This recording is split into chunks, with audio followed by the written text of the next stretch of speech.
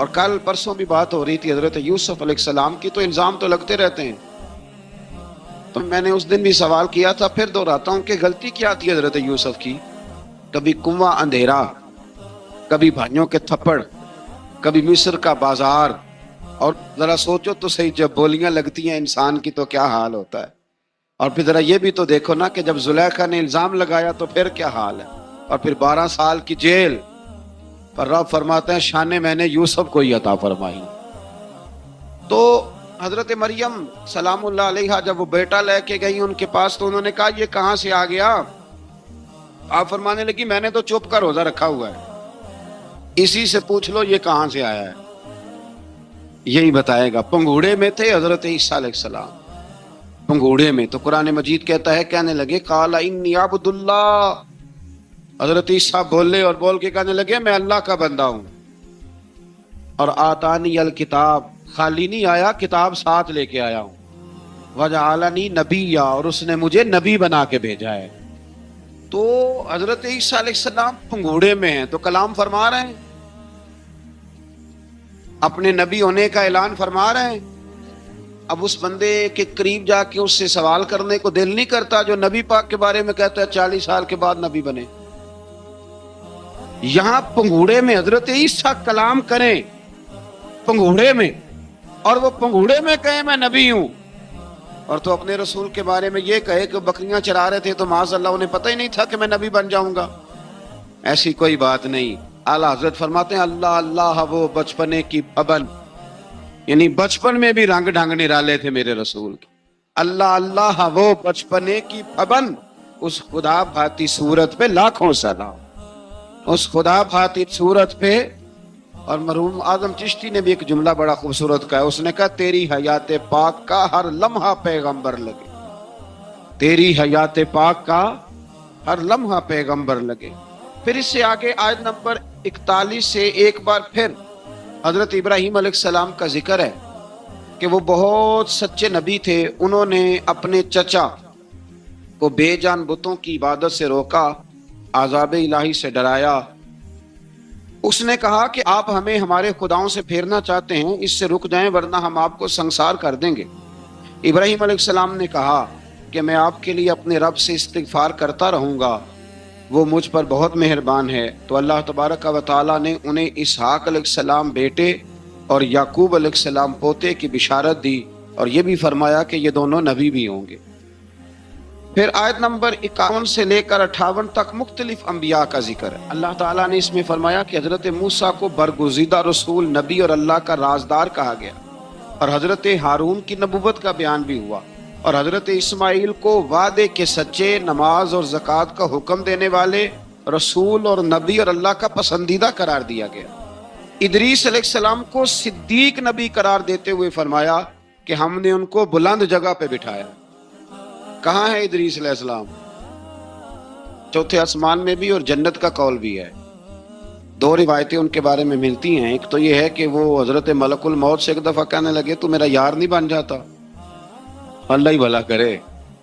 حضرت اسرائیل کو کہنے لگے دوست بن جو، کہا بن جاتے ہیں، دوستی ہو گئی. فرمانے لگے یار موت کا ذائقہ کیسے چکھاتا ہے؟ کہنے لگا میں آپ کو چکھا دیتا ہوں. آپ کو موت کا ذائقہ چکھایا اور دوبارہ پھر روح ڈال دی، آپ اٹھ کے بیٹھ گئے. کہنے لگے دوزخ تو دکھا، میں وہ بھی دکھا دی. فرمایا جنت تو دکھا، جنت بھی دکھائی. تو کہنے لگا واپس چلیں. فرمانے لگے اب تو نہیں جانا. کیوں؟ فرمایا رب فرماتا ہے ہم فیہ خالدون، جو جنت میں آئے گا یہیں رہے گا. میں کہا جناب وہ تو پہلے موت کا ذائقہ چکھنا ہے، پل صراط جو دوزخ کے اوپر ہے وہاں سے گزرنا ہے. تو آپ فرمانے لگے یہ دونوں کام میں کر چکا ہوں اور تو نہیں کرائے ہیں، لہذا میں آ گیا ہوں تو میں نے یہیں پہ رہنا ہے. اب حضرت ملک الموت علیہ السلام نے عرض کی مالک یہ تیرا بندہ. فرمایا تیری دوست بھی اس کے ساتھ لگی تھی تو میری توفیق سے ہی لگی تھی، اور یہ یہاں تک آئے بھی میری توفیق سے ہی ہے. میرا ارادہ بن گیا انہیں یہاں رکھنے کا. میری طلب بھی تو تیرے کرم کا صدقہ ہے، میری طلب بھی تو تیرے کرم کا صدقہ ہے. یہ پاؤں اٹھتے نہیں بلکہ یہ اٹھائے جاتے ہیں. تو یہ بھی تو اس کا کرم ہوتا ہے نا کہ وہ کس طرح کر کے کسی کو نوازتا ہے. آیت نمبر 59 میں اللہ تعالیٰ کے فرما بردار اور سرکش بندوں کے احوال اور جو ان کے آخرت میں احوال ہوں گے ان کا ذکر کیا گیا ہے۔ آیت نمبر 66 میں بتایا گیا ہے کہ منکرین آخرت حیات بعد الموت کے بارے میں ہمیشہ شک میں مبتلا رہے۔ انہیں یقین ہونا چاہیے کہ مرنے کے بعد دوبارہ وہی خالق زندہ کرے گا جس نے پہلی بار بغیر کسی نام و نشان کے پیدا کیا۔ آیت نمبر 76 میں بتایا کہ جو لوگ گمراہی میں مبتلا ہیں ان کے ابتلا میں اضافے کے لیے مہلت کی مدت بڑھا دی جاتی ہے، اور جو ہدایت یافتہ ہیں ان کو مزید استقامت نصیب ہوتی ہے۔ اللہ کے ہاں ثواب اور انجام خیر کے اعتبار سے باقی رہنے والی نیکیاں سب سے زیادہ بہتر، ایسی نیکیاں کریں جو باقی رہیں ہمیشہ، کیا کہتے ہیں، صدقہ جاریہ۔ آیت نمبر 81 میں فرمایا کہ مشرکین اس امید پر اللہ کے سوا معبودان باطل کی عبادت کرتے ہیں کہ مشکل میں ان کی مدد کریں گے، فرمایا ہرگز نہیں، وہ ان کے دشمن بن کے عبادت کا انکار کریں گے۔ آیت نمبر 88 میں بتایا کہ کفار نے اللہ کی طرف اولاد کی نسبت کر کے نہایت سخت بات کی۔ یہ تو اتنا سنگین جرم ہے کہ اس سے آسمان پھٹ پڑے، زمین شک ہو جائے اور پہاڑ ریزہ ریزہ ہو جائیں۔ مزید فرمایا کہ آسمان اور زمین میں جو کوئی بھی ہے سب اللہ کے حضور بندے بن کے حاضر ہوں گے۔ آیت نمبر 97 میں فرمایا جو لوگ ایمان لائے اور نیک کام کیے ان قریب رحمان لوگوں کے دلوں میں ان کی محبت پیدا فرما دے۔ یہ جو شرک والا معاملہ ہے نا، یہ بڑا سادہ سا ہے۔ کچھ لوگ آج نئے فلسفی اٹھے ہیں تو وہ کچھ عجیب و غریب سی باتیں دہریوں جیسی کرنے لگے ہیں، اور بعض مضامین ہم دیکھتے ہیں تازے جو چھپتے ہیں ان کے اندر بھی وہ اشارتاً کنایاتاً مذہب کی بنیاد پر تقسیم نہیں ہونی چاہیے، انسان بحیثیت انسان قابل تکریم ہے۔ تو ایک بات سمجھ لیں کہ جو مکان کی رجسٹری آپ کے نام ہے، اگر کوئی اور دعویٰ کرے اس کا تو آپ کو برداشت ہے؟ یہ ہو نہیں نہ سکتا میاں۔ ملک میں وزیر کئی ہو سکتے ہیں پر وزیر اعظم ایک ہوتا ہے، اس کو سمجھ لیں۔ تو جب اللہ کی توحید میں کوئی کسی کو شریک ٹھہراتا ہے تو بہت بڑا جرم کرتا ہے، وہ بہت بڑا جرم کرتا ہے۔ یوں سمجھ لیں کہ جیسے آپ کی 5 مرلے کی زمین پہ کوئی آ کے قبضہ کرے، اسے مار دینے کو دل کرتا ہے۔ اس لیے یہ ساری زمین رب کریم کی ہے، آسمان و زمین کا خالق اور مالک۔ تو شرک ناپسندیدہ بات، ناپسندیدہ۔ سورہ